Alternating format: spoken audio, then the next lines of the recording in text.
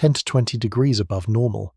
That is the temperature anomaly forecasters are now describing as a blocky ridge builds across the middle of the United States this week. On its own, that would be a hot spell. But this ridge is not building over ordinary ground.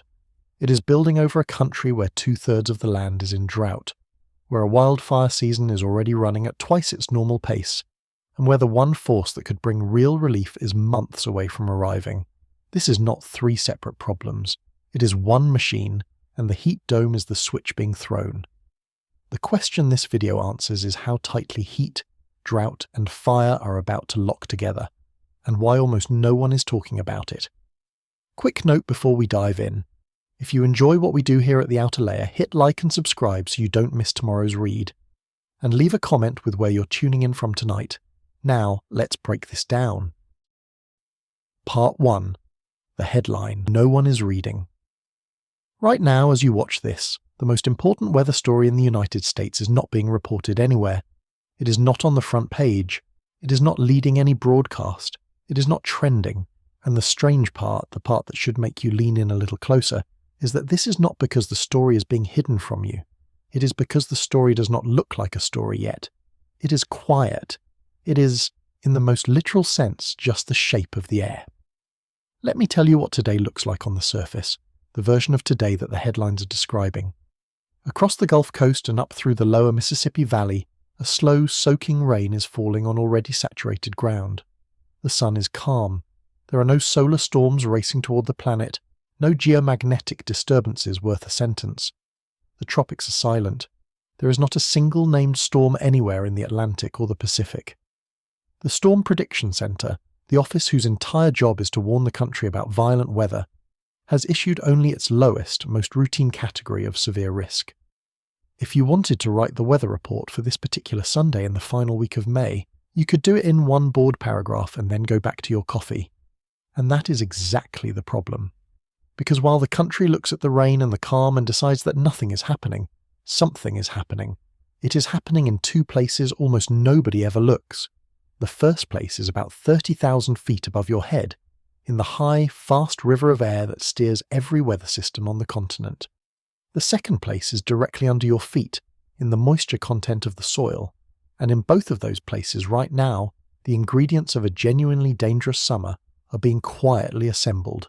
This is a video about that assembly. It is not a video about a disaster that has already happened, because one hasn't. It is a video about a setup. It is about the difference between the weather you can see and the weather that is being built. And by the time we are finished, I want you to be able to look at a calm, ordinary forecast like today's and see what a meteorologist sees, which is not calm at all. It is a loaded set of conditions waiting. So let me show you the first piece.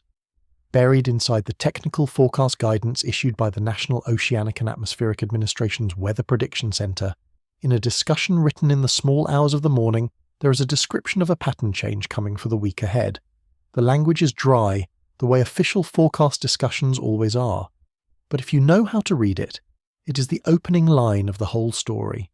The discussion describes what it calls a blocky upper ridge. It says this ridge will build across the east-central United States, that it will reach up into the upper Midwest and the Great Lakes, and that it will bring above-average temperatures all the way through the following weekend. Then it gets specific.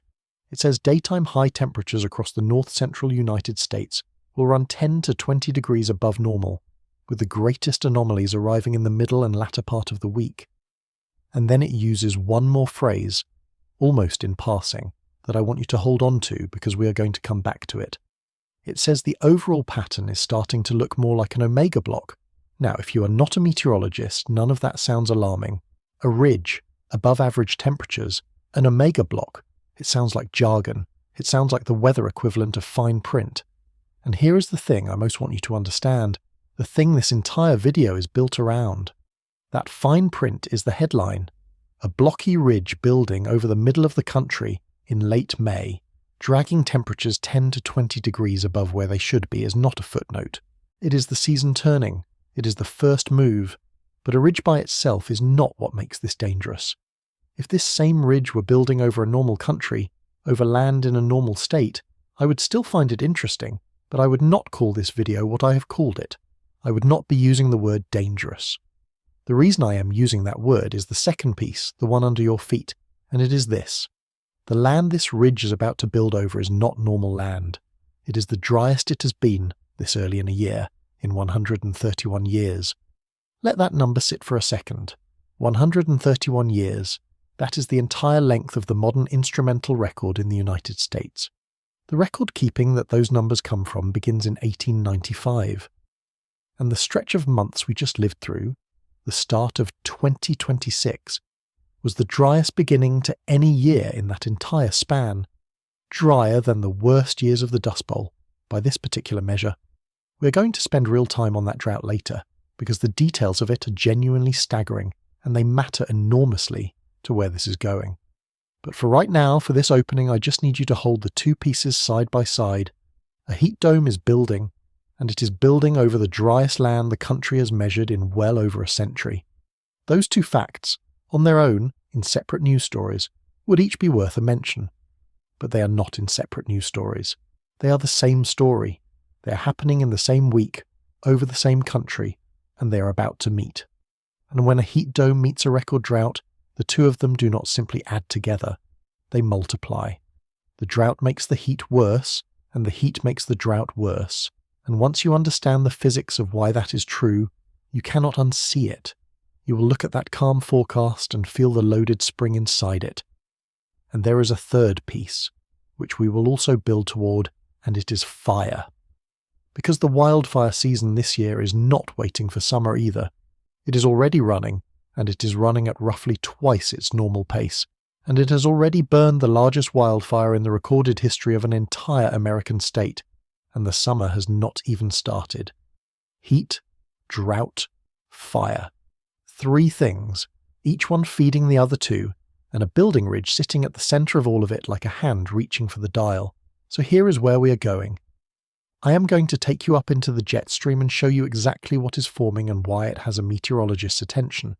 I am going to take you down into the soil and show you why this particular ground is going to amplify whatever the sky does to it. I am going to show you how heat and drought and fire lock into a loop that, once it starts spinning, is very hard to stop. And I am going to be honest with you at every step about what we know and what we don't, because the truth of this setup is alarming enough on its own, and it does not need to be inflated. I want to dwell, for a moment longer, on why this kind of story is so easy to miss, because the difficulty of seeing it is itself part of what makes it dangerous. Human attention is built to notice change, and to notice it suddenly. A flash of lightning, a slammed door, a scream, a siren. We are exquisitely tuned to the abrupt.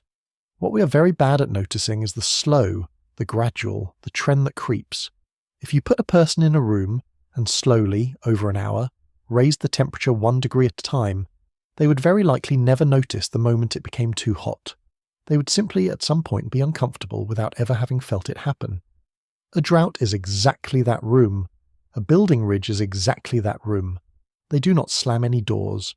They raise the temperature 1 quiet degree at a time, and the assembly of a dangerous summer is precisely the kind of slow, creeping change our attention is least equipped to catch. And there is a second reason these stories slip past us, beyond just the speed of them, and it is the language.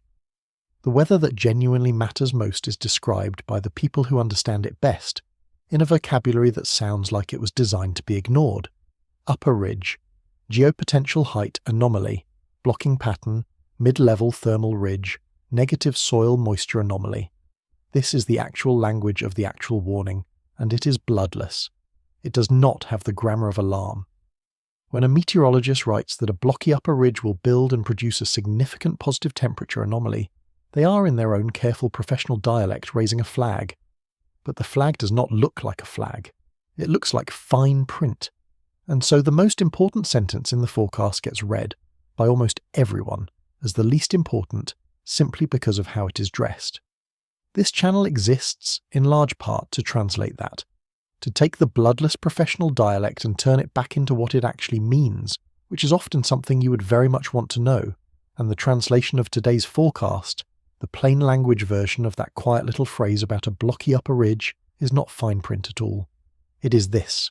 The machine that builds dangerous summers has just switched on, and it has switched on over the most flammable, most depleted version of the American landscape that has existed in well over a century. So before we go any further, I want to leave you sitting with the strangeness of this moment. Because the most unsettling thing about a dangerous summer is not the heat itself. It is that the most dangerous summers do not announce themselves. They do not arrive with a siren. They're assembled quietly, in the high air and the dry ground, weeks before anyone feels the first triple-digit afternoon. And if the summer of 2026 is going to be one of those summers, then it is being built right now, this week, in plain sight, in the one set of facts almost no one is bothering to read. So let us go and read them. Part 2. What a heat dome actually is. To understand why that single phrase in a forecast discussion, a blocky upper ridge, deserves your attention, you have to understand what a heat dome actually is. And I want to do this carefully, because heat dome is one of those terms that has been used so often, so loosely, in so many alarming headlines, that it has almost stopped meaning anything. People hear it and they picture, vaguely, hot weather. A heat dome is a great deal more specific and a great deal more interesting than that, and once you can picture it correctly, the forecast stops being abstract. Start with the jet stream, because everything begins there. High above the surface of the planet, around the altitude where airliners cruise, there is a band of extremely fast-moving air that circles the entire northern hemisphere. It exists because of a temperature contrast. The air near the equator is warm, the air near the pole is cold, and wherever warm and cold air press against each other, you get a pressure difference, and a pressure difference drives wind. The jet stream is the wind that difference drives, sharpened into a narrow, powerful river by the rotation of the Earth itself. Now, that river does not flow in a neat circle. If it did, weather would be boring and predictable, and this video would not exist. Instead, the jet stream meanders. It develops big looping waves, the way a river crossing a flat plain develops big looping bends. These waves are the fundamental architecture of weather in the middle latitudes. Where the jet stream bends toward the pole, it forms what is called a ridge. Where it bends toward the equator, it forms what is called a trough. And the difference between a ridge and a trough is, for practical purposes, the difference between sunshine and storms. Under a trough, you get the cold, the clouds, the rain, the unsettled weather. The air there is rising, and rising air cools, and cooling air condenses its moisture into clouds and precipitation. But under a ridge, everything is reversed. A ridge is a dome of high pressure, and within it the air is sinking. And here is the key physical fact, the one that turns a ridge into a heat dome. When air sinks, it gets compressed, because the pressure increases as it descends toward the surface, and when you compress air, you heat it. This is not a complicated or exotic process. It is the exact same physics that warms a bicycle pump when you push the handle down. Squeeze a gas, and it gets hotter. The atmosphere does this on a continental scale, every single day, and a ridge is the place where it does it most powerfully. So picture the ridge now, a vast dome of high pressure parked over the middle of the country. Beneath it, across an area that can be the size of several states at once, the air is slowly, steadily sinking and compressing and warming. That sinking air also suppresses cloud formation, because clouds need rising air so the sky clears out. A clear sky means the sun's energy pours down unobstructed. The ground heats, the heated ground warms the air above it, and the dome traps it all, because the high pressure acts like a lid, sealing the hot air in place and keeping cooler, wetter systems from pushing their way in. Sinking air, compression heating, clear skies, trapped heat, a lid on top. That is a heat dome. That is what the word means. And now you can hear the forecast differently. When that Weather Prediction Center discussion says a blocky upper ridge will build across the east-central United States and bring temperatures 10 to 20 degrees above normal, it is describing exactly this. It is describing the lid forming. It is describing the dome of sinking, compressing, self-heating air settling into place over a large piece of the country. 10 to 20 degrees above normal. I want to make sure that number lands, because in the abstract it can sound survivable, even pleasant. 10 degrees warmer than usual on a mild spring day might just sound like a nice afternoon. But think about what normal already includes. Normal, for late May and early June in the middle of the country, is not cool. Normal is already warm, so you are not adding 10 to 20 degrees to something cold. You're adding it to something that is already heading towards summer. You're taking days that would naturally be in the 70s and 80s and pushing them well up into the 90s, and in some places against the door of 100. And you're doing it not for one isolated afternoon, but, as the forecast says, through the following weekend, day after day after day. That word, persistence, is the hinge of the whole thing, and it is where the heat dome turns from a hot spell into something with real consequences. A single hot day is a nuisance. The human body handles a single hot day. The ground handles a single hot day. What neither the human body nor the ground handles well is a hot day, followed by a warm night that never really cools off, followed by another hot day, followed by another warm night, on, with no break. Heat is cumulative. Its danger builds. The first day of a heat dome is uncomfortable. The fifth day is when emergency rooms get busy, when the power grid strains, when the soil gives up the last of its moisture. And a heat dome by its nature is built to deliver exactly that kind of unbroken run, because the high-pressure lid does not just create the heat, it defends it. It holds its ground and keeps the relief out. There is one more feature of a heat dome I want you to understand before we move on, because it is the part that does the quiet, invisible damage, and it is the part that connects directly to the drought we are about to discuss. We have talked about the daytime heat, the high temperatures pushed up into the 90s and against the door of 100. But a heat dome's most insidious effect is what it does to the night. On a normal night, the ground sheds the heat it absorbed during the day. The sun goes down, the surface radiates its warmth up and away into space, and temperatures fall. And that overnight cooling is a genuine physiological relief. It is the body's chance to recover. It is the landscape's chance to recover. But a heat dome interferes with that recovery. The dome of high pressure, the sinking air, the trapped warmth, all of it works to keep nighttime temperatures elevated, so the night never really cools down the way it should. And a string of warm nights is, in many ways, more dangerous than a string of hot days, because it removes the recovery window. The human body can endure a brutally hot afternoon if it gets a cool night to recuperate. Take away the cool night, and the heat stress simply accumulates day into day, with no reset. This is why heat is, by a wide margin, the deadliest form of weather in the United States in a typical year, deadlier than tornadoes, deadlier than hurricanes, deadlier than floods. It does not kill dramatically.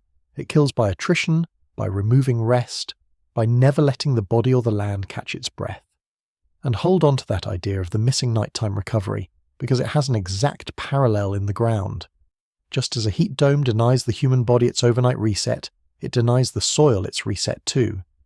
The land does not get its cool, calm night to hold on to what little moisture it has. The elevated temperatures keep pulling moisture out around the clock, so a heat dome is not just a daytime event punctuated by relief.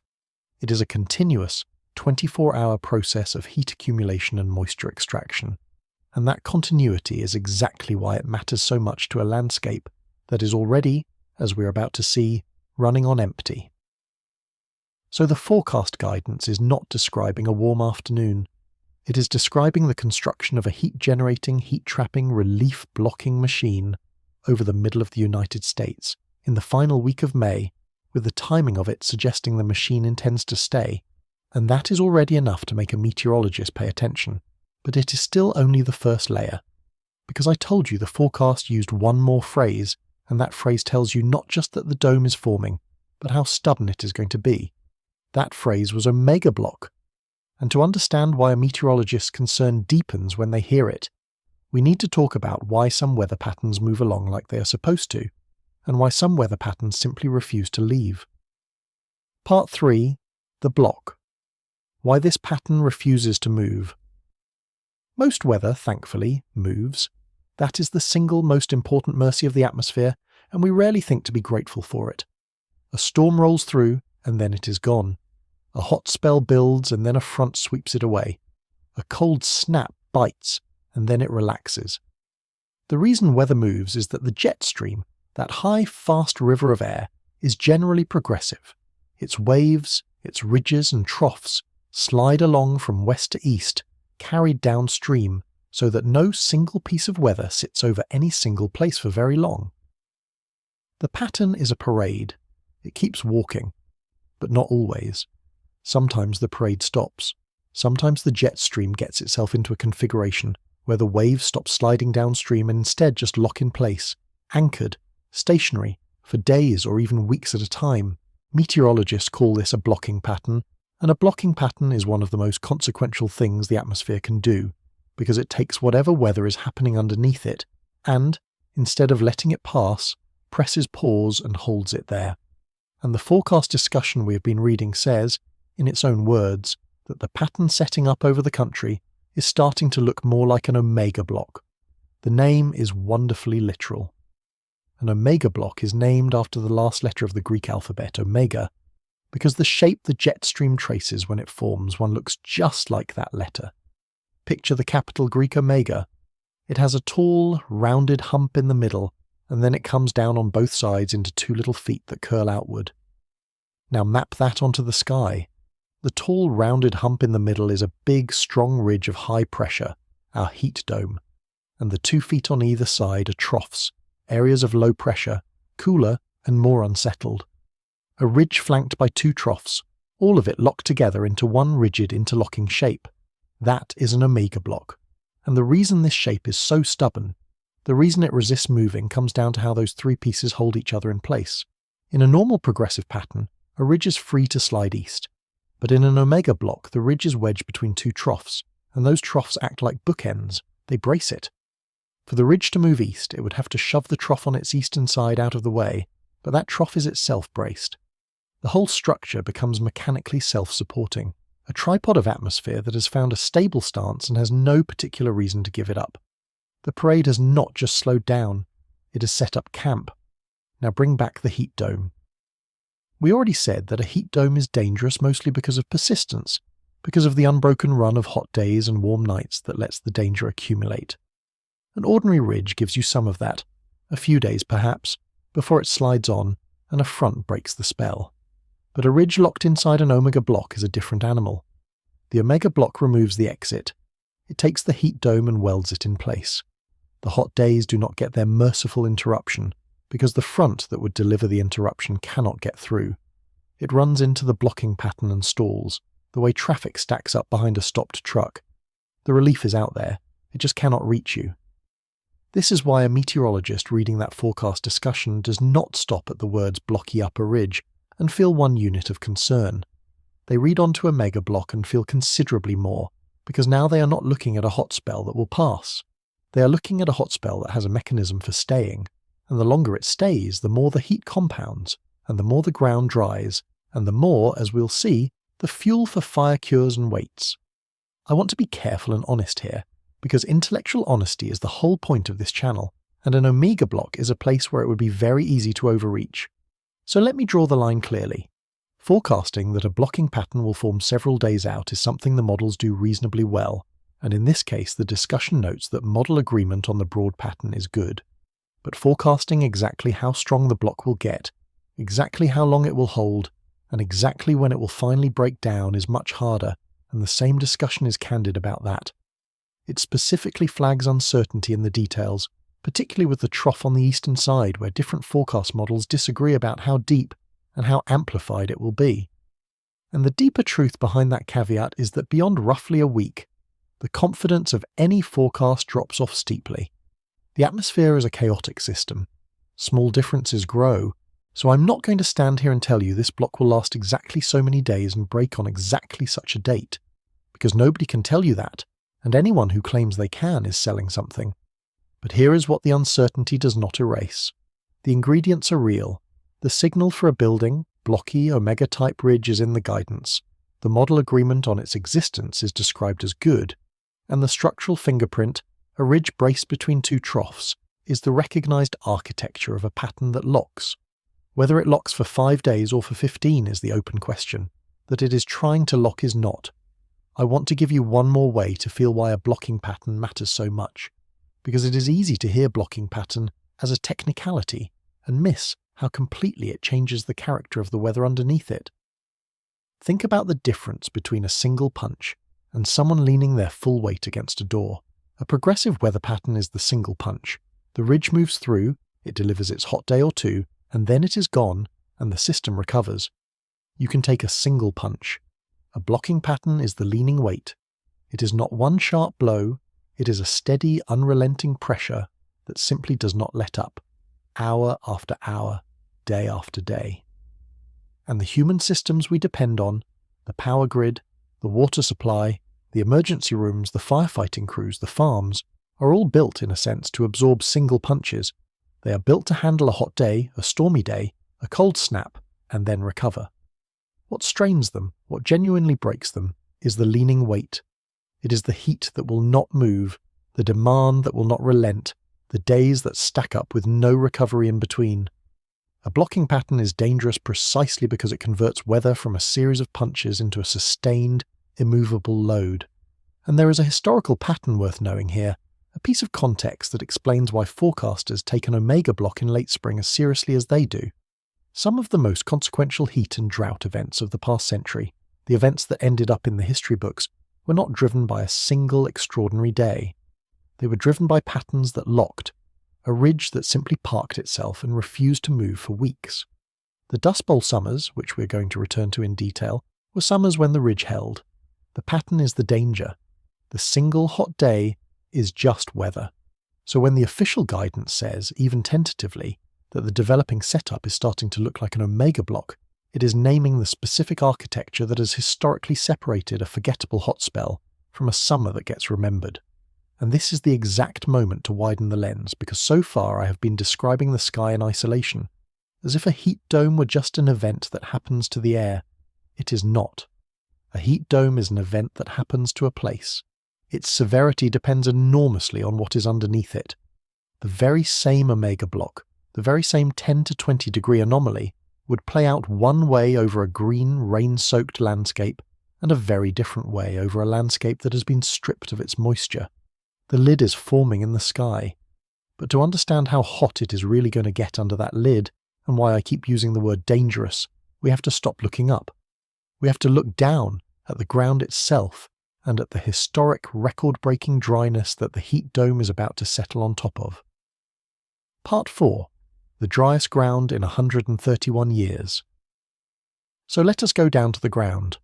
Because the heat dome we have just spent 2 parts building in the sky is only half of this story, and honestly, it is the less unusual half. Ridges build every year. Omega blocks form every year. If a strong ridge were the only thing happening, this would be an interesting forecast, not a dangerous setup. What turns it dangerous is the surface it is about to land on, and the surface it is about to land on is in a condition that the United States has not seen, this early in a calendar year, in the entire history of its record keeping. Here is the headline figure, and I want to give it to you slowly, because every word in it is doing work. The United States just recorded its driest January through March on record, not its driest in a decade, not its driest in a generation, its driest on record. And the record in question, the data set those words refer to, begins in the year 1895. That is 131 years of continuous measurement. 131 years of every wet year and every dry year being logged, and the first 3 months of 2026 came in drier than all of them. Across the contiguous United States, precipitation for that 3-month stretch came in below 70% of the long-term average. The previous record for a dry start to a year had stood since 1910. It is a record no longer. Now, I know that statistics, even dramatic ones, can wash over you. Driest on record is a phrase that gets used loosely enough that it can lose its grip. So let me give you a second measurement, a different instrument pointed at the same problem, because when 2 independent measurements agree, you should believe them. This second instrument is called the Palmer Drought Severity Index. It is one of the standard, long-established ways of quantifying how severe a drought actually is, blending temperature and precipitation, and moisture supply and demand into a single number. And by the Palmer Index, the month of March 2026 did not just rank as a dry March, it ranked as the 3rd driest month of any month, in any season, ever measured in the United States. I need you to sit with the company that number keeps. The 3rd driest month ever measured. The only 2 months in the entire instrumental record that were drier were July and August of 1934, and if you know your American history, you know exactly what July and August of 1934 were.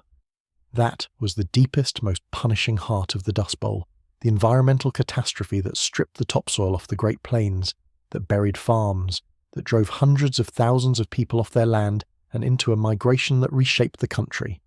The Dust Bowl is the benchmark. It is the worst-case reference point in the American drought imagination. And the spring we just lived through produced a month that sits directly behind only the 2 worst months of it. Let me keep going, because the breadth of this is as important as the depth. This is not a regional dry spell. As of the most recent national drought assessment in the latter half of May, more than 62% of the lower 48 states were in drought. Roughly 158 million people, around half the population of the country, were living inside drought conditions. And 46 of the 50 states, 46, were registering at least moderate drought. This is not a dry corner of the map. This is a dry country. And here is the detail that should genuinely unsettle you. The detail that tells you this is a living, active problem and not a static one. The drought was still growing. It was not peaking and easing. The monitored footprint of it had expanded by more than a full percentage point in just the previous week. When you watch a drought, you're watching a slow-motion process, and the direction of the process tells you where it is headed. This one, as the heat dome began to build, was still headed in the wrong direction. It was still spreading. Certain regions were carrying more of the weight than others. The southeast had become a particular epicenter, with the broad southeast climate region sitting at very nearly 99% in drought, and a large share of that in the severe to exceptional categories, the worst tiers the scale has.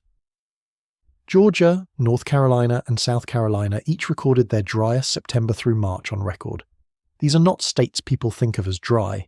These are states people associate with humidity, with afternoon thunderstorms, with green. And they had just lived through their driest cool season ever measured. I want to slow down on that detail, the southeast detail, because it carries a lesson that is easy to miss. When most people picture a drought, they picture the West. They picture cracked earth in Arizona, a shrinking reservoir in Nevada, a brown hillside in California. The West is the cultural home of the American drought. But this drought did not respect that mental map. It put one of its most severe footprints on the southeast, on a region whose entire identity, agricultural and ecological, is built around reliable moisture. And there is a reason a drought in a normally wet place can be, in some ways, more disruptive than a drought in a normally dry one. A dry region is, in a sense, adapted. Its plants, its infrastructure, its water management, its agriculture are all built around the expectation of dryness. A wet region is adapted to the opposite.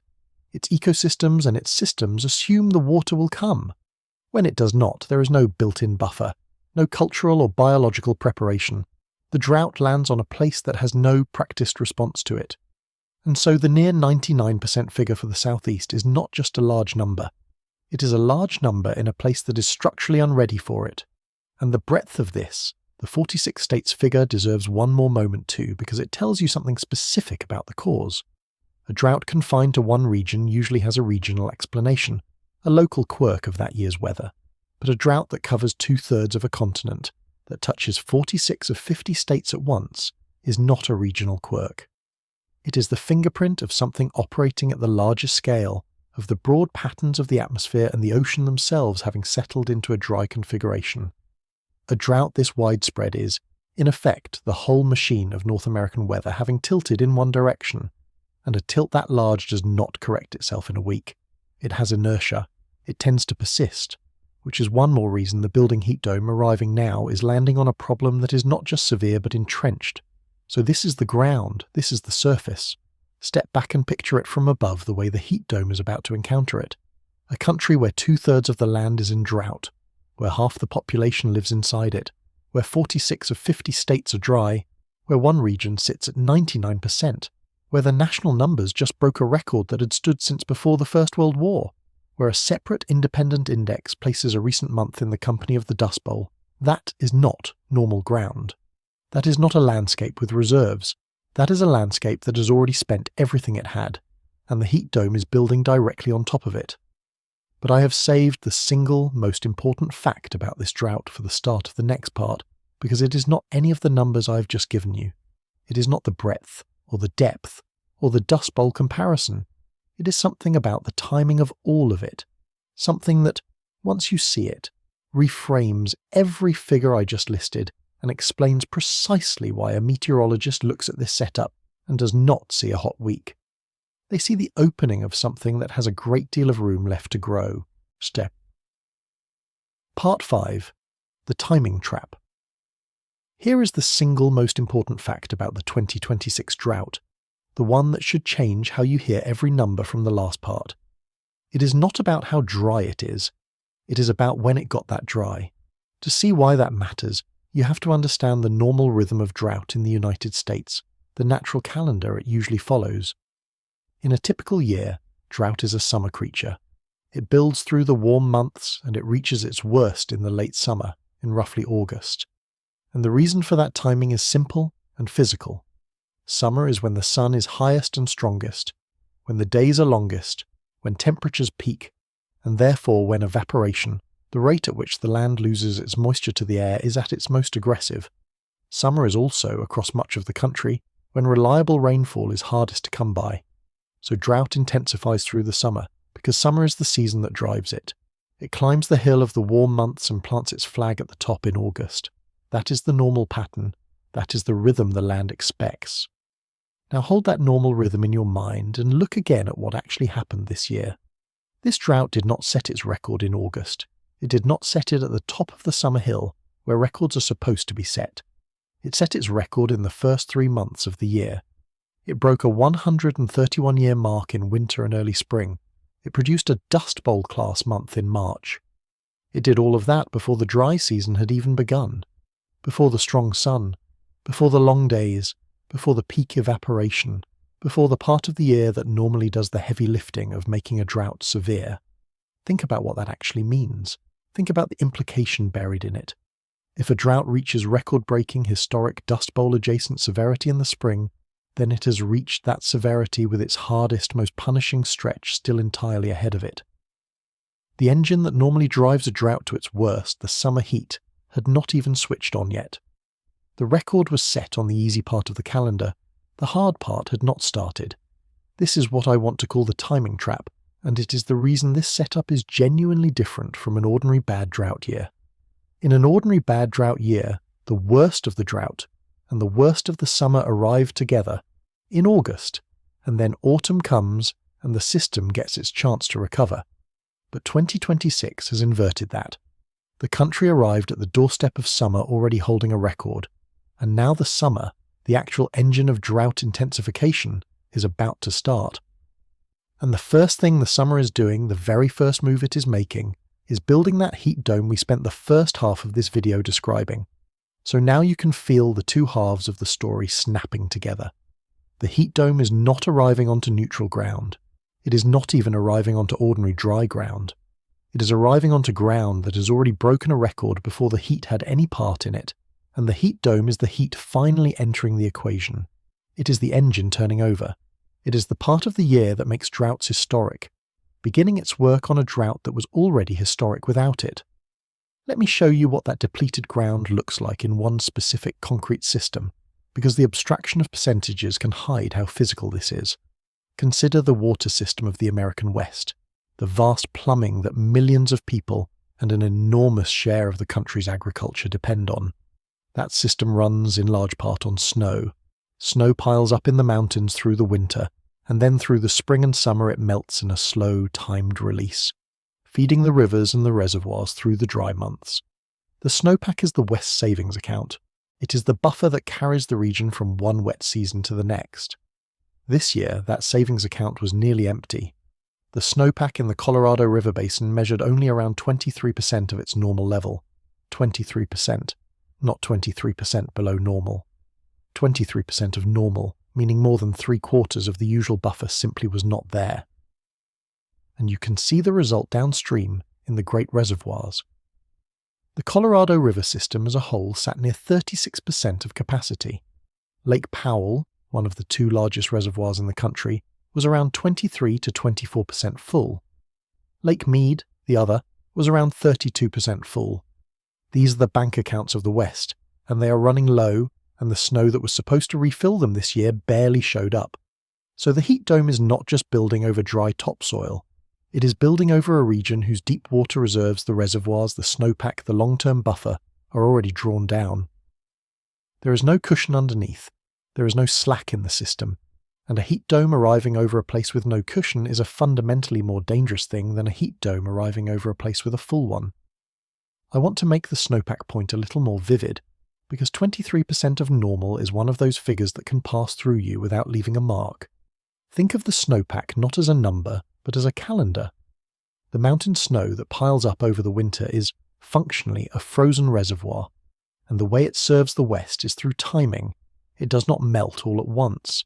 It melts slowly, gradually through the spring and into the summer, releasing its water in a long, measured trickle, exactly when the rivers and the soil and the crops need it most.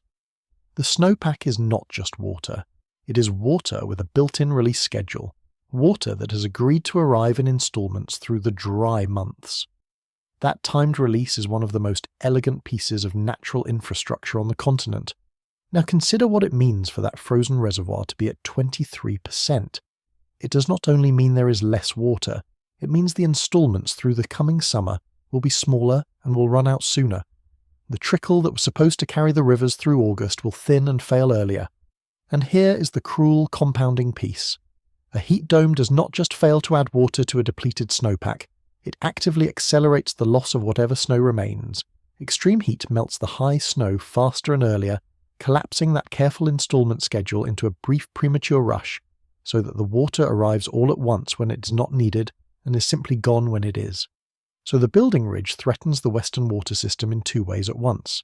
It dries the soil that the rivers feed, and it prematurely drains the frozen reservoir that feeds the rivers. The cushion was already thin. The heat dome is positioned to thin it further and faster. And this brings us to the question that the whole first half of the video has been quietly building toward. The question that turns all of this from a list of bad facts into an actual mechanism. We have a heat dome forming in the sky. We have a record dry reserve depleted landscape on the ground. We keep saying that when those two things meet, they do not add, they multiply. But why? What is the actual physics of that multiplication? Why does dry ground make a heat dome hotter? That is not a metaphor and it is not hand-waving. It is a specific, well-understood physical process, and it is the most important thing I'm going to explain in this entire video, so that is exactly where we're going next. Part 6. Why dry ground makes heat worse. This is the mechanism. This is the part of the video that, if you remember nothing else, I want you to carry with you, because it is the physical heart of why a heat dome over a drought is not just bad weather plus bad weather. It is the reason the two of them multiply instead of add. And the wonderful thing about it is that it is not complicated. You already understand the principle. You experience it every time you sweat. Let us start there, with your own body, because your body and the land are solving the exact same problem in the exact same way. When you get too hot, you sweat. And the sweat itself is not what cools you. A film of water sitting on your skin does nothing. What cools you is the evaporation of that sweat. When liquid water turns into water vapor, it has to absorb a significant amount of energy to make that transition, and it pulls that energy, that heat, out of whatever surface it is sitting on. It pulls it out of your skin. The heat leaves with the departing vapor. That is why a breeze on damp skin feels cold, and why stepping out of a swimming pool can make you shiver even on a warm day. Evaporation is a heat pump. It moves heat away.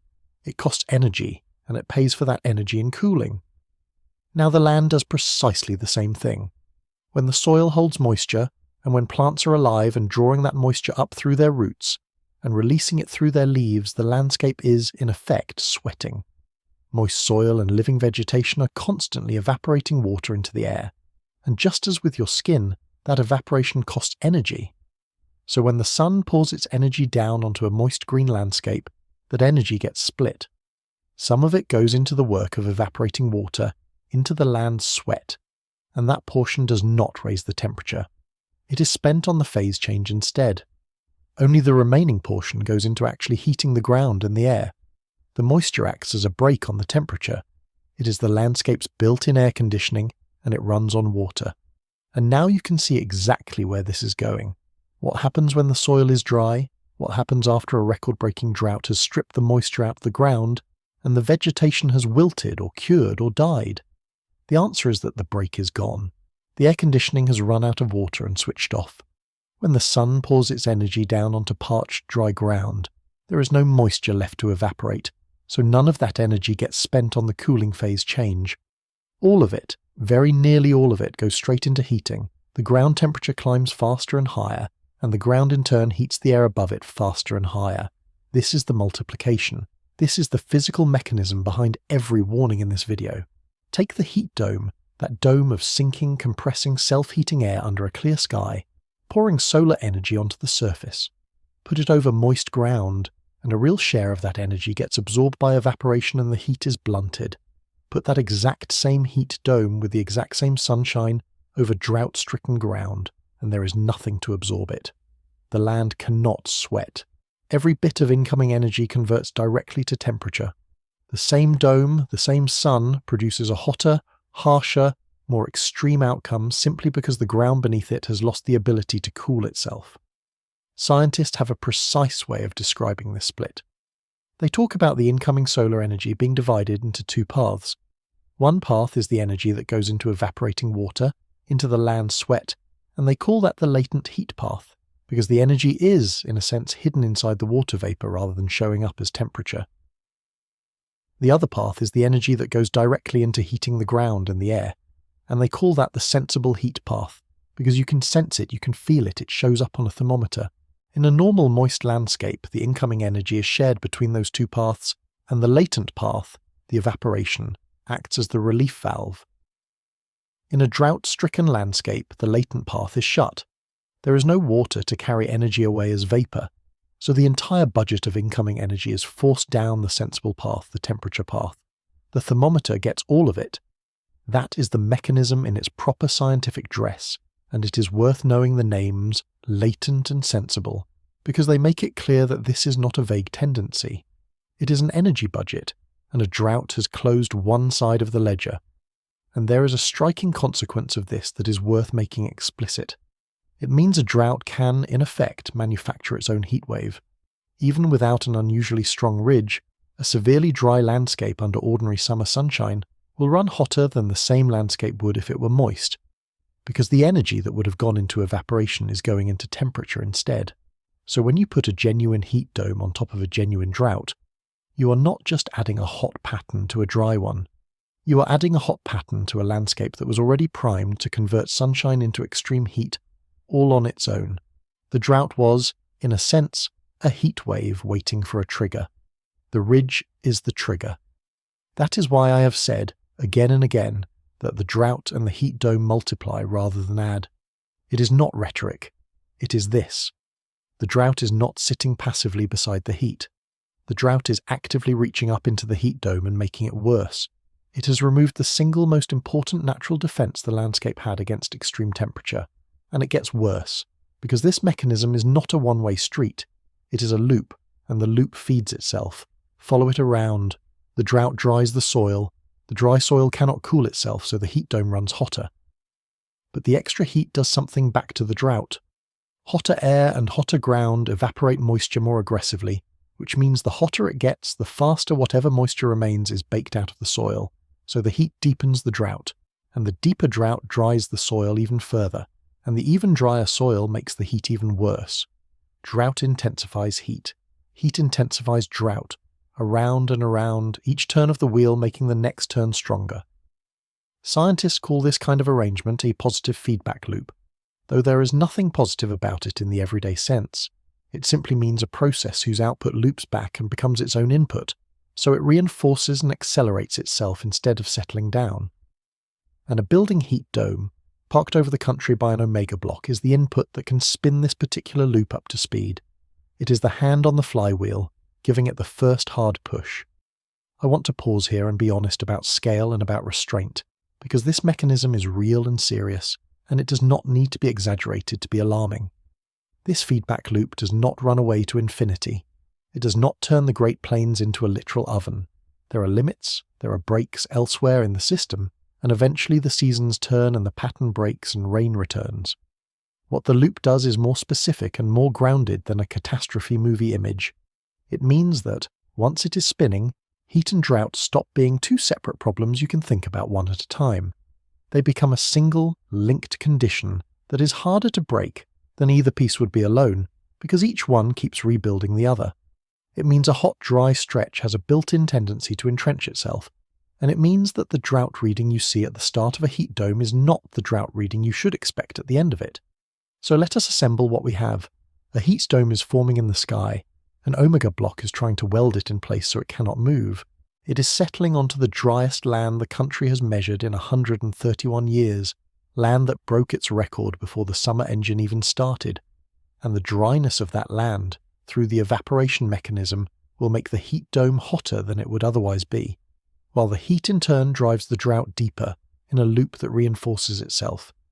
Every piece is now on the table, and every piece connects, except that a hot, dry, self-reinforcing landscape is not the end of the chain. It is the setup for the next thing. Because a landscape like that, hot and parched and stripped of moisture, is not just uncomfortable, it is flammable. And the wildfire season this year is not a future worry. It has already started, it is already running at roughly twice its normal speed, and it has already written a new and grim line into the record book of an American state. That is where we go next. Part 7. The fire season. That started early. Everything we've built so far, the heat dome in the sky, the record drought on the ground, the feedback loop that locks them together, all of it converges on a single, physical, visible outcome. Fire. A hot, dry, moisture-stripped landscape is, in the most literal sense, fuel. And the wildfire season of 2026 is not something I'm asking you to imagine as a future possibility. It is already here. It started early, it is running fast, and it has already done something no fire season in one particular state's history had ever done before. Let me give you the national picture first. By late April, before the summer had truly begun, wildfires across the United States had already burned more than 1.7 million acres, and the number that matters is not the acreage by itself, it is the comparison. 1.7 million acres by late April was running at roughly twice the typical 10-year pace for that point in the calendar. Double. The fire season was not creeping along on schedule, it was sprinting, weeks ahead of where the calendar said it should be, and inside that national number is a single fire that I want to name, because it makes the abstraction concrete in a way a statistic cannot. The state of Nebraska experienced this year the largest wildfire in its entire recorded history. It is called the Wildfire, and it burned more than 640,000 acres. Think about that. Not the largest fire in a bad recent stretch, not the largest in living memory, the largest in the recorded history of the state, full stop, a new line at the top of the list. And it happened in the spring, before the summer fire season that everyone thinks of as the dangerous one had even arrived. Now, you might reasonably ask whether this is just a worry for the dry forests of the West, the places we're used to seeing on the news every August. It is not, and the current data makes that plain. The active fire weather concern right now, this week, is spread across the interior of the country. Across the Great Basin, the National Weather Service has fire weather watches in effect, covering parts of Nevada, places like Humboldt County and Pershing County, and the Surprise Valley region that straddles the line between Northeast California and northern Nevada. And when you read what those watches are actually warning about, you read the recipe for fire spelled out in plain operational language. They cite winds out of the southwest and west at 20 to 30 miles per hour, gusting as high as 40 to 45, and they cite relative humidity, the measure of how much moisture is in the air, falling as low as 10%. 10% humidity. Hold on to that. Air that dry pulls moisture out of everything it touches. It pulls it out of grass, out of brush, out of the dead leaves and twigs on the ground, out of the fine fuels that catch first and carry a fire fastest.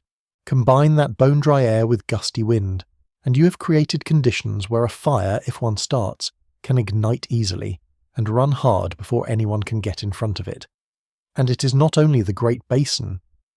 Up in the Great Plains, the National Weather Service office in North Platte, Nebraska, in its outlook for hazardous weather, explicitly flagged that very warm, dry and breezy conditions could lead to elevated fire weather concerns across western Nebraska as the week's pattern develops, as the ridge builds. There is the connection again, stated by the forecasters themselves. The building ridge, the heat dome, is being named directly as a fire weather driver.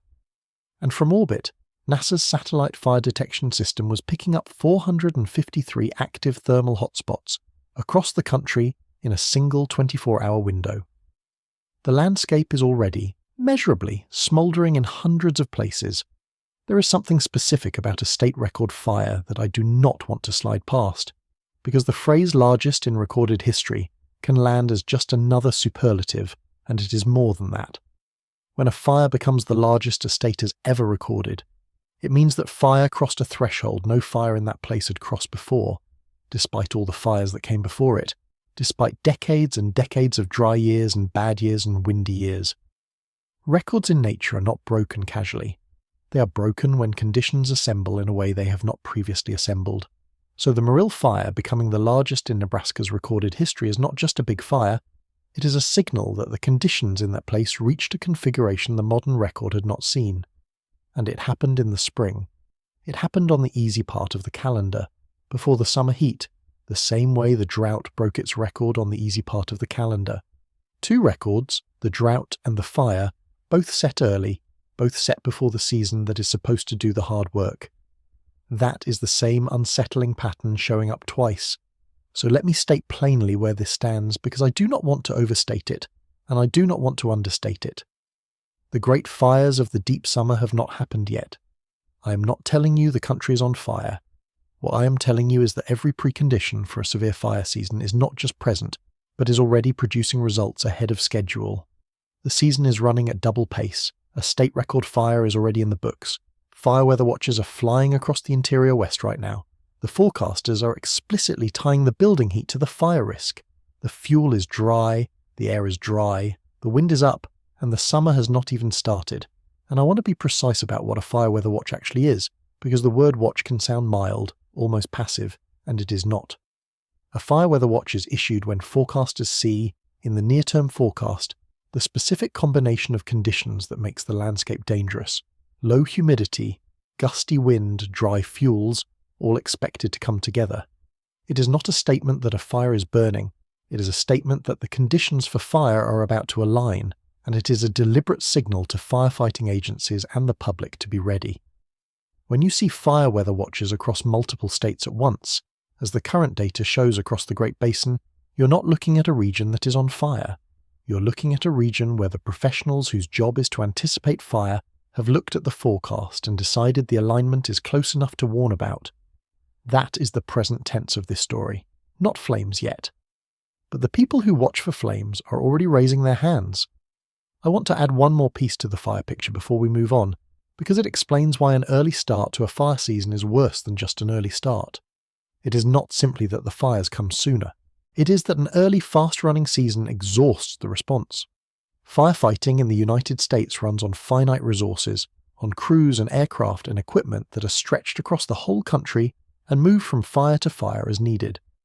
That system is built around an assumption, the assumption that the demand will follow the normal calendar, ramping up through the summer and peaking in late summer, so the resources can be staged and rested and positioned accordingly. An early season breaks that assumption. When fires are running at double pace in the spring, the crews are already working, already tired, already deployed, before the season that is supposed to be the hard part has even begun. The reserves get spent early, and if the summer then delivers what this setup is threatening, the response arrives at the hardest stretch of the year already drawn down, the same way the reservoirs and the snowpack arrive at summer already drawn down. It is the timing trap again, wearing a different uniform. The drought set its record early, the fire season started early, and the firefighting capacity is being spent early, all of it front-loaded into a year whose hardest months are still ahead. To understand why a hot, dry landscape is so reliably a flammable one, it helps to know the simple rule that governs all of it, the rule firefighters and fire scientists call the fire triangle, and the next part is where the heat, the drought and the fire stop being three separate stories and finally lock together into the single loop that is the real subject of this video. Because once you see how the triangle works, you will see that the heat dome is not just bringing heat, it is pulling the last leg of that triangle into place. Part 8. The loop closes. Drought, heat, and fire. Fire, despite how chaotic and terrifying it looks when it is running across a hillside, obeys a rule so simple it can be drawn as a triangle. Firefighters and fire scientists call it exactly that, the fire triangle, and it states that a fire needs three things, all three simultaneously to exist. It needs fuel, something to burn.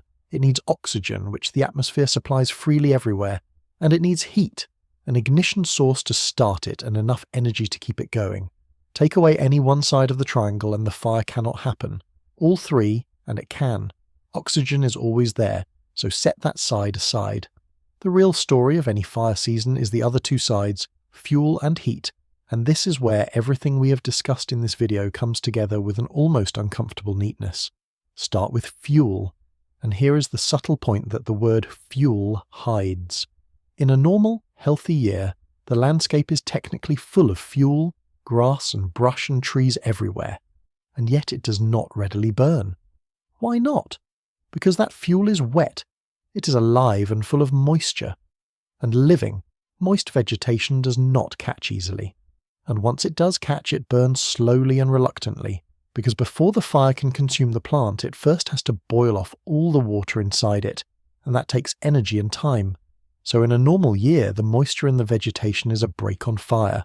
It is the landscape's resistance. The fuel is there, but it is in effect fireproofed by its own water content. Now you know exactly what a drought does to that. We have spent half this video on it. A record-breaking drought reaches into the landscape and pulls the moisture out of the vegetation. It cures the fine fuels, the grasses and the small dead material, turning them from green and damp to brown and brittle. It drops what fire scientists call the live fuel moisture, the water content of the living plants themselves, down toward dangerous lows. The drought does not create the fuel. The fuel was always there. What the drought does is remove the fireproofing, it takes the brake off. It converts a landscape that would resist fire into a landscape that is primed to carry it. It is worth understanding that fuel itself comes in different kinds, and the kinds matter. Fire scientists draw a distinction between fine fuels and heavy fuels. Fine fuels are the small stuff, the grasses, the dead leaves, the twigs, the light material. Heavy fuels are the large stuff, the logs, the thick branches, the dense brush, the trees. And the two respond to drought on very different timescales. Fine fuels dry out fast. A stretch of hot, dry, windy weather can cure the grasses in a matter of days, even hours. Heavy fuels are slower.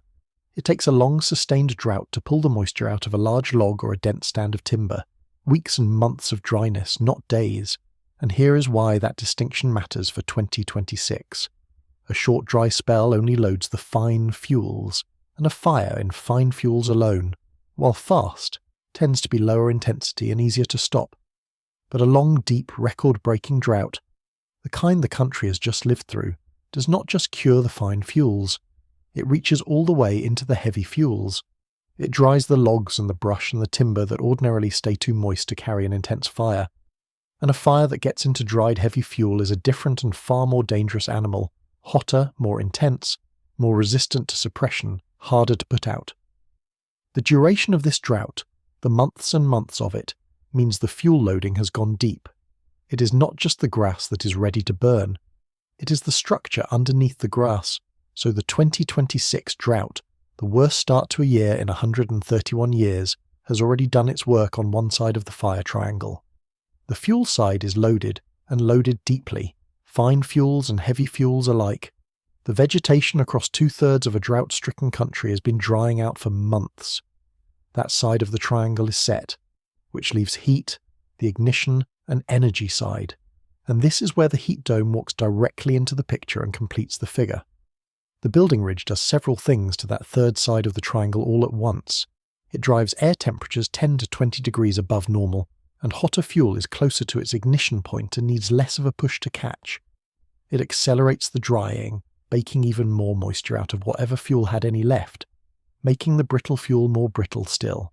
It comes, as the fire weather watches show, paired with the gusty winds that take a small ignition and stretch it into a running fire, because wind feeds oxygen to the flames and throws embers ahead to start new fires further on. The heat dome, in other words, is not a bystander to the fire season.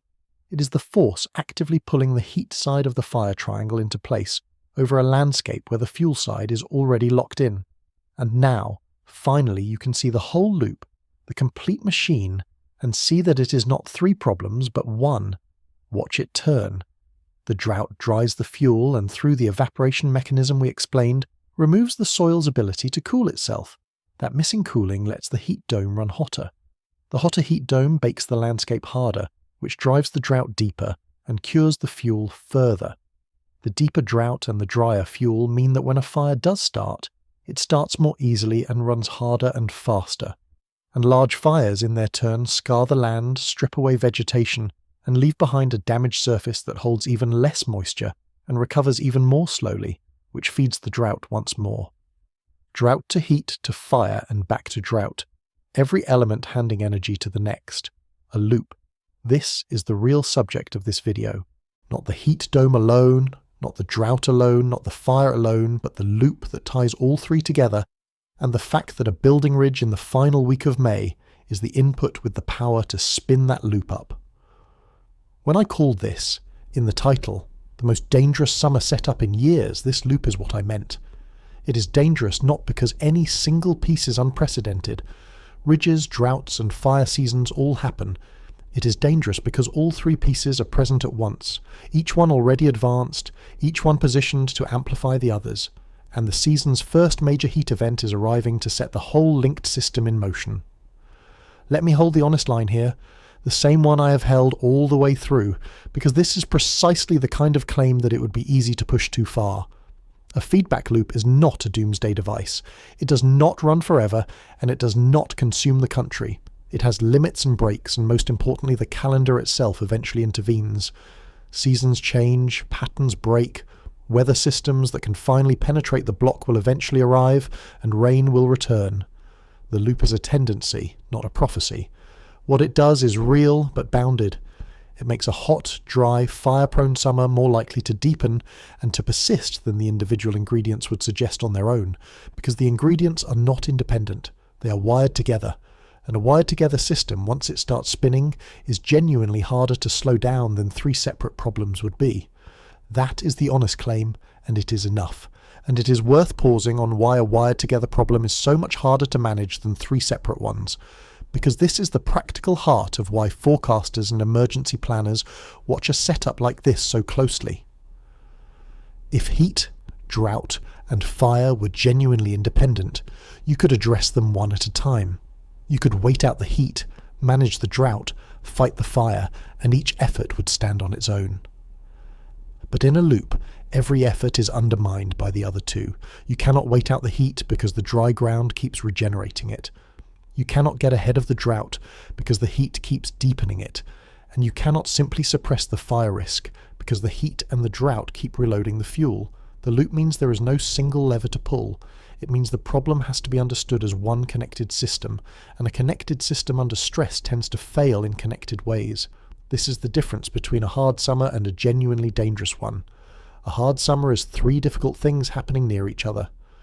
A dangerous summer is three difficult things feeding each other so that none of them can be solved while the others are still running. That is the structure this video has been describing piece by piece, and it is why the building ridge, this one specific, quiet, late May weather development, deserves the attention. It is not the danger by itself. It is the trigger for the connected system. It is the first input into a machine whose other parts, the drought and the fuel load, are already assembled and waiting. I want to address one honest objection before we move on, because a sharp viewer will have noticed it. If dry ground heats up faster, and the heat then dries the ground further, why does the loop not simply run away? Why does every drought not spiral into an infinite oven? And the answer is genuinely interesting, and it is reassuring without being dismissive. The loop is real, but it runs inside a system that has other, larger forces pushing back on it. The biggest of those forces is the seasonal cycle itself, the steady, unstoppable march of the calendar. The tilt of the earth, the angle of the sun, the lengthening and then shortening of the days, these are vastly more powerful than any regional feedback loop, and they do not care what the soil is doing. Autumn will arrive on schedule regardless. The sun will weaken on schedule regardless. The large-scale patterns of the atmosphere will keep evolving, and eventually a pattern will come along that the block cannot resist, and the rains will return. The loop is a local amplifier operating inside a much larger system that has its own breaks. So the honest framing is not that the loop is unstoppable. It is that the loop, while it runs, makes the situation worse and more entrenched than it would otherwise be, and it tends to keep the situation going right up until one of the larger forces finally overrides it. The loop does not win forever. It just makes the stretch before the larger forces arrive harder, hotter, and drier than it needed to be. And that distinction between a loop that runs away and a loop that simply entrenches is exactly the right frame for thinking about the summer ahead. We are not facing a runaway. We are facing an entrenchment. We are facing a season where heat and drought, and as we will see, fire, are wired together tightly enough that they will tend to sustain one another, tend to resist the ordinary interruptions, tend to hold on, until the calendar itself finally forces the change. That is a serious thing. It is not an apocalyptic thing. And keeping those two apart, the serious and the apocalyptic, is the whole discipline of looking at this clearly. So we have the sky, we have the ground, and we have the loop that joins them. But I have been describing this heat dome as if it sits over the whole country, and that is not quite right, and the way it is not right is itself revealing. Because the same atmospheric wave that is building the ridge and the heat over the centre and east of the country is, at the very same moment, doing something completely opposite on the other side of the map. And understanding that split, that two-faced behaviour of a single pattern, is the key to seeing this setup for what it really is. Part 9. One wave, two faces. Here is something that, on its surface, sounds like a contradiction. At the very same time that the forecast guidance is describing a heat dome building over the centre and east of the country, with temperatures running 10 to 20 degrees above normal, that same guidance is describing something happening in the west that is the precise opposite. Out west, the discussion describes a closed area of low pressure, an upper low settling in and meandering over the region, bringing cooler temperatures and precipitation, cooler and wetter in the west, hotter and drier in the centre and east. The same country, the same week, the same forecast, pointing in two completely opposite directions at once. A reasonable person might hear that and conclude these must be two separate, unrelated weather situations that simply happen to be sharing a calendar. But they are not separate. They are not unrelated. They are two faces of one single structure, and seeing that is the key to understanding this whole setup correctly. Go back to the jet stream, to that meandering river of air with its big looping waves. Remember that a wave has two parts that are inseparable. Where the jet stream bends toward the pole, you get a ridge. Where it bends toward the equator, you get a trough. And here is the part that matters. You cannot have one without the other. A ridge and its neighbouring trough are not two separate things. They are two parts of one continuous wave, the way the crest and the trough of an ocean wave are not two separate waves, but one wave with a high part and a low part. If the air goes up here, it must come down there. The geometry demands it. So the ridge building the heat dome over the central and eastern United States and the trough digging the cool, wet pattern over the west are not a coincidence. They are the same wave. They are one single, large amplitude meander of the jet stream, and you're simply seeing its two halves play out over two halves of the continent. The upward bending crest gives the east its heat. The downward bending trough gives the west its cool and its rain. One structure, two faces, and this, connecting events that other coverage treats as separate, is exactly the kind of pattern recognition this channel exists to do, because once you see the single wave behind the split map, the whole picture organises itself. There is a simple test you can apply to any national forecast map from now on, and it comes straight out of this idea. Look at the spread. Look at how far apart the hottest place and the coolest place on the map are on the same day. A map where everywhere is within a few degrees of normal is a map with a small, gentle, fast-moving jet stream wave, the kind that brings ordinary, forgettable weather. A map with a deep, dramatic split, scorching in one region and unseasonably cool in another at the very same moment, is a map with a large, amplified, slow-moving wave, the kind that locks. The size of the spread is a direct readout of the size of the wave. You do not need any instruments to see it. You just need to know that the two extremes are connected and that the distance between them is the measurement. And recognizing that it is one wave tells you two genuinely important things. The first thing it tells you is about amplitude, and amplitude is the real measure of how serious this is. Amplitude just means how big the wave is, how far it swings. A small, gentle wave gives you a mild ridge and a mild trough. Slightly warmer here, slightly cooler there, nothing dramatic. But a large amplitude wave, A wave that swings hard gives you a strong pronounced ridge and a strong pronounced trough. And the way you can tell from the outside that this is a large amplitude wave is precisely the size of the contrast between the two coasts. When one side of the country is running 10 to 20 degrees above normal, and the other side is genuinely cool and wet at the same moment, that large A-split is the signature of a large amplitude pattern. The two faces being so different from each other is the proof that the wave driving them is a big one. And a big amplitude wave is exactly the kind that tends to get involved in blocking, in the omega pattern we discussed, because the deep, exaggerated swings are what lock together and resist moving. The second thing it tells you is more sobering, and it concerns the question of relief. When you look at a national map and see that the west is cool and wet, there is a natural temptation to feel reassured, to think, well, at least there is some moderate weather in the system, at least the west is getting rain. But understanding that it is one wave takes that reassurance away. The cool, wet west is not a sign that the pattern is mild or balanced. It is the other half of the very same structure that is baking the centre and the east. The trough in the west and the ridge in the east hold each other in place. They are each other's bookends. The western trough is not relief waiting to cross the country. It is part of the lock. Its existence is part of why the heat dome is not moving. The two faces are not in tension with each other. They are cooperating to keep the whole pattern stationary. And that reframes the cool western weather entirely. It is not the cavalry. It is not relief on its way to the hot half of the country. It is the counterweight that is helping to trap the heat where it is. The same wave that is the west cool spell is the east's locked-in heat dome, and the bigger and more locked that wave becomes, the more the west's pleasant weather and the east's dangerous weather are simply two readings off the same stuck dial. There is a deeper question worth asking here, even if the honest answer is that it cannot be fully resolved, and it is the question of why the jet stream waves get large in the first place.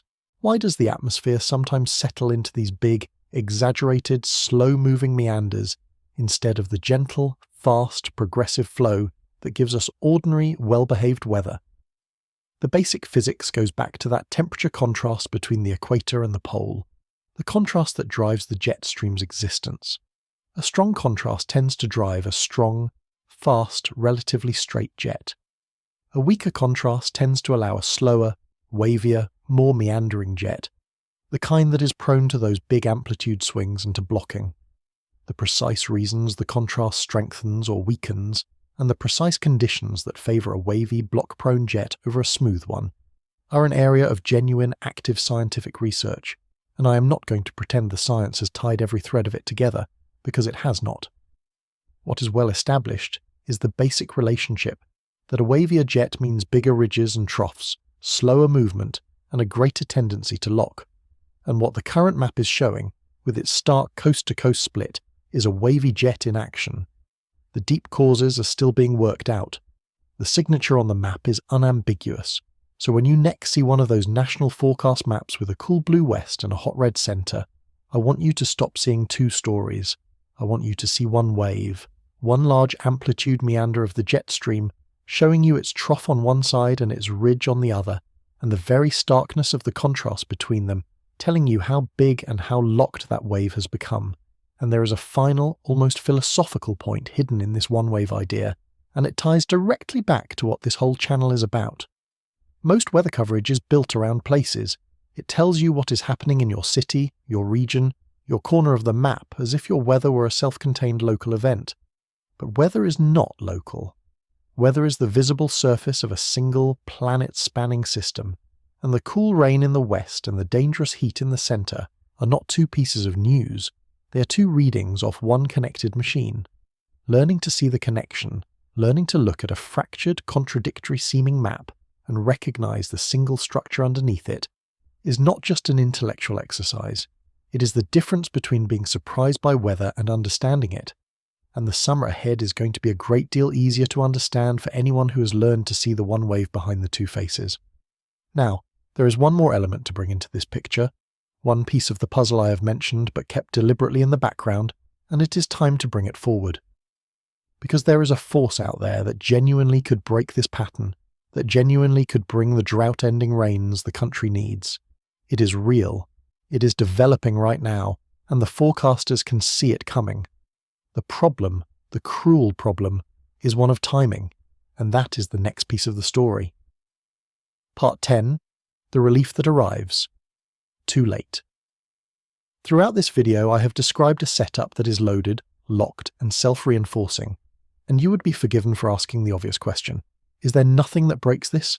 Is there no force out there big enough to change the pattern, to bring the rain, to end the drought? And the answer is yes, there is. It is a real, identifiable force. It is developing right now, and the forecasters can see it coming. Its name is El Niño. The cruelty is entirely in the timing. Now, I'm going to be deliberately brief about the deep mechanics of El Niño, and I want to tell you why, because the why is part of being straight with you.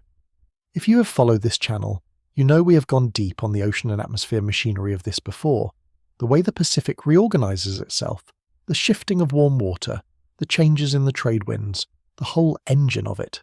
I'm not going to rerun that whole explanation here, partly out of respect for your time and partly because reteaching what we have already covered would be filler, and this channel does not do filler. So this is going to be a focused look at one thing only, the thing that matters for this specific story, which is timing.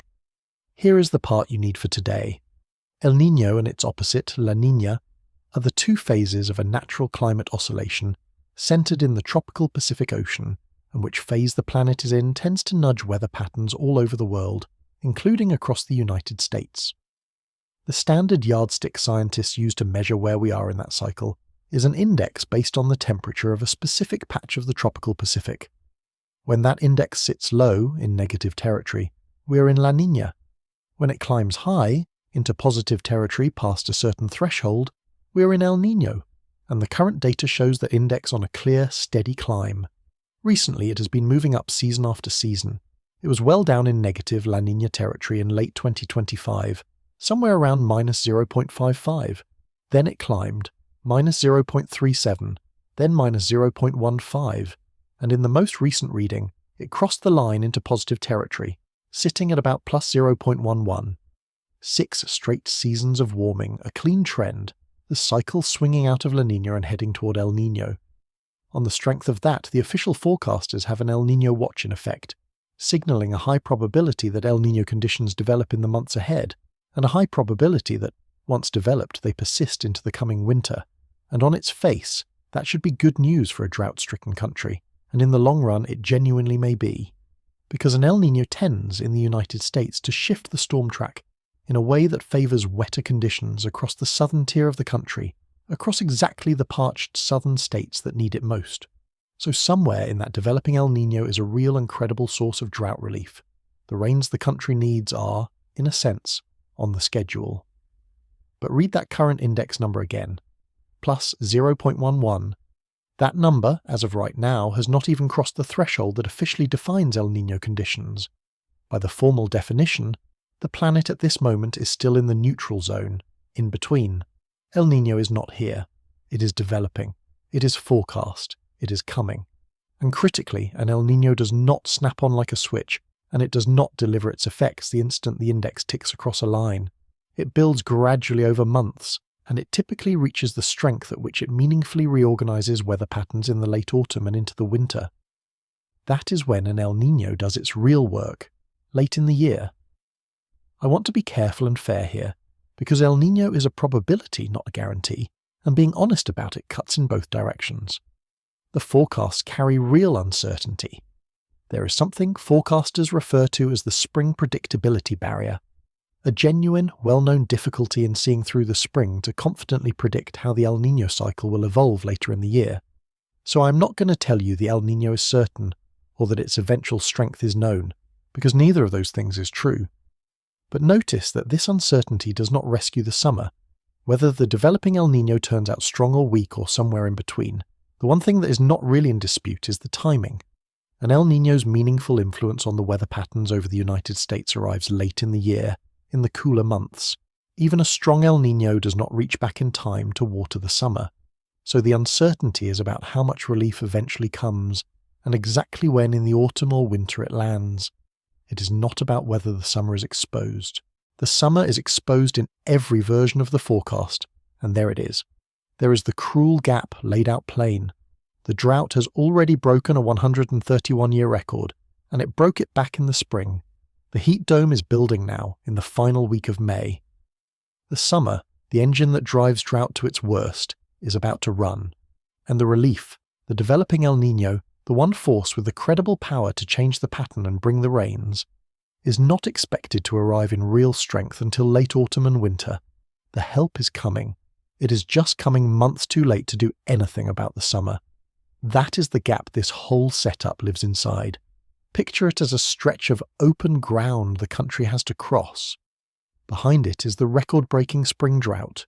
Ahead of it, far ahead, in late autumn, is the possible El Niño relief, and the entire summer of 2026 is the exposed ground in between, with no relief mechanism scheduled to arrive in time to shorten the crossing. The heat dome is not building into a season that has help on the way. It is building into the most exposed, most unprotected part of the entire calendar, the long gap after the drought set its record and before the rains are due. And I want to return for a moment to the strange quiet I started this whole video with, because now it should feel different to you. Remember the rest of the backdrop. The sun is calm. There are no solar storms. The tropics are empty. Not a single named storm in either ocean. Space weather is dead quiet. By every dramatic measure, this is one of the most uneventful weeks imaginable. And that quiet is not the absence of the story. The quiet is the texture of the story. Because the dangerous setup was never going to come from the sun, or from a hurricane, or from anything that announces itself. It was always going to come from the two silent places, the shape of the jet stream and the dryness of the soil. The calm everywhere else is just the reason nobody is looking at the two places that actually matter. So we have now laid every piece on the table. The building, blocking ridge, the record drought, the evaporation mechanism that makes dry ground amplify heat, the fire season already running at double pace, the self-reinforcing loop that wires all three together, the single jet stream wave with its two opposite faces, and the relief that is real, but scheduled to arrive too late. Every piece is in place, which leaves only the last and most important question. Knowing all of this, what should you actually expect from the summer ahead, and how worried should you genuinely be? That is where we finish. Part 11. What the summer holds. So we arrive at the end, and at the question everything else has been building toward. Knowing all of this, the ridge, the drought, the fire, the loop, the gap, what should you actually expect from the summer of 2026? And here, in the final stretch, I owe you the most honest answer I can give, because the temptation at the end of a video like this is to tip into prophecy, and I am not going to do that. Let me first say clearly what this setup is not. It is not a prediction of catastrophe. I cannot tell you, and no honest forecaster can tell you, that this specific summer will be a disaster. The atmosphere is a chaotic system, and beyond roughly a week, the confidence of any forecast falls away steeply. The heat dome we have discussed is, in the specifics, a forecast, and the very guidance describing it openly flags uncertainty about how strong the block becomes and how long it holds. The drought figures are measured and real. The heat is forecast and uncertain.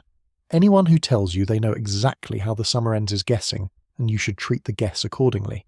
But here is the other half of the honesty, and it is just as important, because there is an opposite error that is just as wrong as catastrophizing, and that error is dismissal.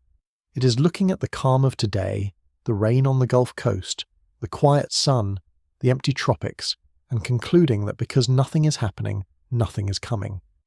That conclusion is not careful, it is not measured, it is just not looking. Because the ingredients are not forecast, the ingredients are here.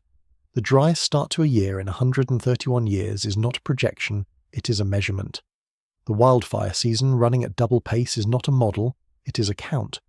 The state record fire is already burned. The fire weather watches are flying right now.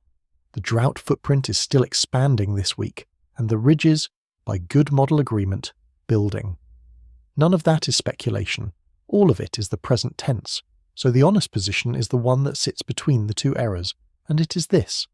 The ingredients of a genuinely dangerous summer are demonstrably present, and they are unusually advanced for the calendar, and they are wired together in a way that lets each one strengthen the others. The building ridge is a real and concerning first move, the season's opening play. What is not yet written is the severity. How hot the dome ultimately runs, how long the block ultimately holds, how many ignitions the fire season ultimately sees, how much further the drought ultimately deepens before the autumn finally changes the pattern. Those numbers are not set. They depend on the turns of a chaotic system over the months ahead. The setup is loaded, the outcome is open. Both of those things are true at once, and holding both of them at once is what it means to look at this clearly. And that brings me back to where we began, to the idea that has run underneath this entire video. The most dangerous summers do not announce themselves. We tend to imagine disaster as something loud, something sudden, something that arrives with a siren and a breaking news banner.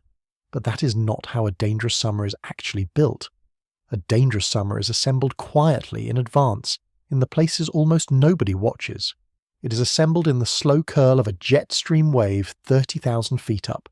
It is assembled in the moisture quietly leaving the soil, week after week, until the ground has nothing left to give. By the time a dangerous summer is loud, by the time it is triple digits, and smoke on the horizon, and warnings on every screen, the assembly is long finished. The decisive work was done weeks earlier, in the quiet, while everyone was looking at something else. That is what today is. Today, this calm, ordinary, unremarkable Sunday at the end of May, is the quiet. Today is the assembly, and the whole purpose of this video has been to take you into the two rooms where that assembly is happening, the high room of the jet stream and the low room of the soil, so that you can see the work being done, so that the next time you glance at a forecast and it looks calm, you have the eyes to ask the real questions. What is the shape of the wave? How dry is the ground? Is the pattern moving, or is it locking?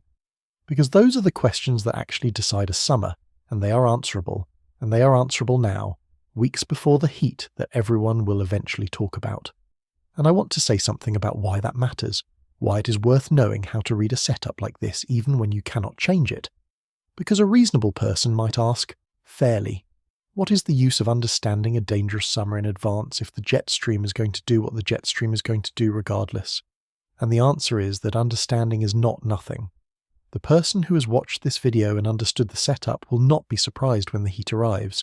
They will recognize the first hot, locked-in stretch for what it is, the heat dome doing exactly what the structure predicted. They will understand why the fire risk climbs the way it climbs, why the drought numbers worsen through the summer, why the cool weather out west never seems to cross the country and help. They will hear a forecaster say blocking pattern and know precisely what it means. And when the relief finally comes, when the pattern at last breaks down and the autumn rains begin to return, they will understand that too, as the larger forces of the calendar finally overriding the local loop. Understanding a system does not give you control of it, but it gives you something almost as valuable, which is the ability to see clearly, to not be caught off guard, to know the difference between weather that is passing and weather that is locked, and to make your own decisions, whatever they are, with your eyes open. That is what this channel is for, not fear, clarity. There is also a quieter reason this matters, and it has to do with how we talk about the world. When a dangerous summer finally becomes loud, when the heat and the smoke and the warnings arrive, the explanations that circulate tend to be the loud ones too, the simple ones, the ones that name a villain or promise a secret. The real explanation, the true one, was always going to be quiet, structural, and a little technical. It was always going to be a story about the shape of a wave and the moisture in the soil. And a person who learned that quiet true story in advance, in May, while it was still calm, is far better protected against the loud false stories that will come later than a person who waited for the summer to explain itself. So let me take those loud stories on directly, because they will come. They always come, and you deserve to have thought about them before they arrive. Every time a heat dome or a drought makes the news, a familiar set of claims circulates online, and the loudest of them is that the pattern is not natural at all, that it has been engineered, deliberately manufactured through cloud seeding, or through the spraying of chemicals from aircraft, or through facilities designed to manipulate the upper atmosphere. And I want to engage with that claim seriously, not wave it away, because the impulse behind it is genuinely human. When something frightening is happening, the mind wants an explanation, and it especially wants someone to be responsible, because a deliberate act, however sinister, is somehow easier to sit with than a vast indifferent natural process. I understand the pull of that. But the honest answer has to be an answer about energy and about scale. Consider what we have actually described in this video. A continental ridge, a jet stream wave thousands of miles long, a dome of high pressure covering a substantial fraction of a continent and sustained for days or weeks. The amount of energy involved in building and maintaining a structure like that is almost impossible to overstate. It is set in motion by the heat the entire planet receives from the sun, by the rotation of the Earth, by the temperature contrast between the equator and the pole across the whole hemisphere. These are forces operating on a scale that dwarfs, by many, many orders of magnitude, anything human technology can put into the atmosphere. Cloud seeding is a real, modest technology, but all it can do is encourage a cloud that is already there to release a little more of the precipitation it was already going to produce. It cannot conjure a ridge. It cannot hold a jet stream wave in place. It is not even in the same universe of energy as the thing it is being accused of doing. The shape of the jet stream is set by the fundamental physics of a rotating, unevenly heated planet, and there is no installation on the ground, and no fleet of aircraft with a fraction of the power required to dictate it. There is a second, quieter claim that the drought and temperature figures themselves are exaggerated or simply invented by agencies, and the honest response to that one is almost reassuring, because it points to the strength of the data rather than asking you to take anything on faith. The numbers in this video do not come from a single source that you would have to simply trust. The drought assessments, the precipitation records, the snowpack measurements, the reservoir levels, the satellite fire detections, these are produced by many separate institutions using different instruments and different methods, and they can be checked against one another. And more than that, they can be checked against the physical world directly. You do not need an agency's permission to look at a reservoir and see how low it is. You do not need clearance to see a brown field or a dry creek. When many independent measurements all agree, and when they all agree with what anyone can go outside and observe, the claim of fabrication simply runs out of room to stand. And there is a third, more sophisticated version, which holds that the water shortages and the rising food prices that follow a drought are the intended product of policy, deliberately engineered scarcity. And here I want to be precise, because this one requires a careful distinction rather than a flat dismissal. It's entirely legitimate and genuinely important to examine how human decisions, how water policy and land management and the choices made about infrastructure amplify or soften the human impact of a drought. Those decisions are real, they have real consequences, and they deserve honest scrutiny. But that is a completely different claim from the idea that the meteorological drought itself, the absence of rain, the dry soil, the empty snowpack, was manufactured. The drought is a natural pattern. It is a dry regime, influenced by the natural swing of the ocean-atmosphere cycle, settling onto a landscape that had already been depleted. The pattern is natural. How well or how badly a society prepares for it and responds to it is a human question, and a fair one. Those two things are worth keeping carefully apart. I spend this time on the loud explanations not to mock anyone who has wondered about them, because the wondering is human, and the questions are worth asking out loud. I spend it because the true explanation, the quiet one, is the one that actually equips you. The shape of the wave, the dryness of the soil, the loop that wires the heat and the drought and the fire together, that is the real story, and it is alarming enough on its own that it never needed to be dressed up as a secret. The country has crossed into a strange and exposed stretch of the calendar. Behind it, a spring that broke a record older than any of us. Ahead of it, far ahead, a developing El Niño that may finally bring the rains, but not until long after the summer is spent, and in between, the open ground, the unprotected months, with the first heat dome of the year now building over the driest land in well over a century, and a fire season already running ahead of schedule, and a feedback loop quietly wiring all of it together. Nothing is burning out of control today. Nothing is breaking today. The sun is calm and the tropics are empty, and the rain is falling somewhere on a saturated coast. And that, in the end, is the most important thing I can leave you with. The danger of this summer was never going to look like danger, not at the start. It was always going to look exactly like this. Quiet, ordinary, easy to scroll past. The setup is being built right now in plain sight, in the places no one is watching, and the only real question left is how tightly all of it will combine before the rains, at last, return. So keep your eyes on the wave and on the soil. That is where the summer is being written, and it is being written today.